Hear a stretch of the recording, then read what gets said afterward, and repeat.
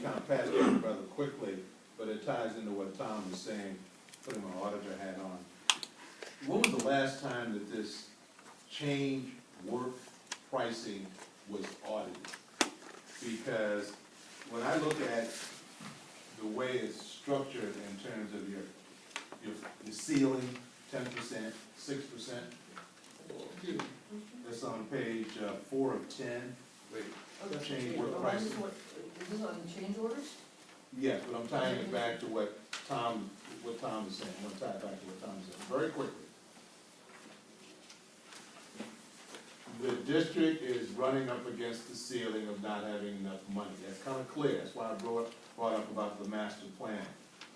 But I'm hoping that the committee that's looking at these change orders, if you didn't take a look at the change work pricing and whether or not those numbers are relevant to current budgeting and appropriation of the bond funds, something is wrong. Okay? Because you're allowing the contractor material, add labor, add equipment, then you go to a subtotal, then you add the subcontractor in, then you go to another subtotal, and then you fluctuate between 10% and 6%. I would venture to say that in the scope of the new audit, that probably the biggest thing is that the warranties, liabilities, and these contractors, going back to what Tom is saying in terms of if you got schools that are number 4 and 30 million, if you got Harding and you got basically waterproofing that was not expertisely done, I think you need to restructure your change order pricing in terms of the contractors, because I don't see any accounting from TSS over the 11 years.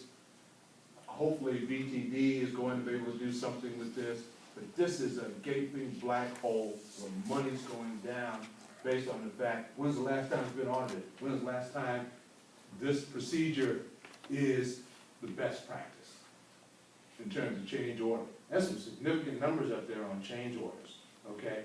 Even for same sites, you're adding in, the one had 11, then you added another 1%, you had 12% of the original contract. So again, these things, in terms of best practices, Dr. Harder, they need to be going through, because I don't think you need to rely on a document on its face value as a document that could work under the conditions that Tom is talking about in terms of the appropriation.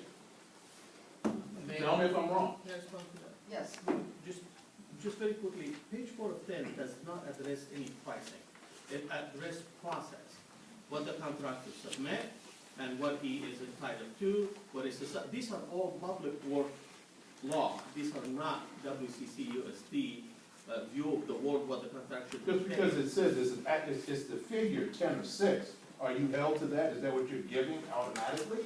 No, that's for sure not. That's my whole point, is that we don't know, in terms of reporting, what you are actually giving the contractor under the law, okay? You got a cap, you got a floor, where are we in between that, okay? And I think the thing is to call it the question.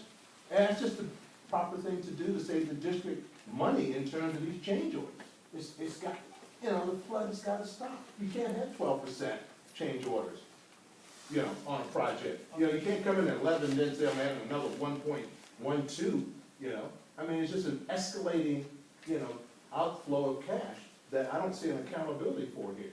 Martin, has there been a scope, added into a scope? Has this ever been looked at? Yes. They're probably going to delve deeper this coming year. They're auditing 25% of change orders. Oh, okay. So we're hoping to do a better job. And that's the number Dr. Harder should have. He should know exactly what a change order is costing the district. Because that's money saved that can go toward that 444 that's supposed to be waiting to be done. The change order money can build another school. That's not. Okay, are there any more? But I need to make this brief. Please. The report, the program, is that generated off of the computer, or are those numbers inputted? Which one are you thinking? It's KPI, This is out of, I'm sorry? That's out of the Primavera, system. so it's report. right from the system? I don't think so. There's a couple items here that, if it was there, credit should be shown. But anyway, I'll do it, it doesn't matter. Okay. Those numbers are, it's tying in with, what the matter saying, you understand, is that And the numbers are being manipulated, and I guess, and I think that there's more to it than that, anyway, that's it. Okay. Now, let's move on to item D, subcommittee report. Discussion of when subcommittees meet and which are ad hoc and which are standing committees.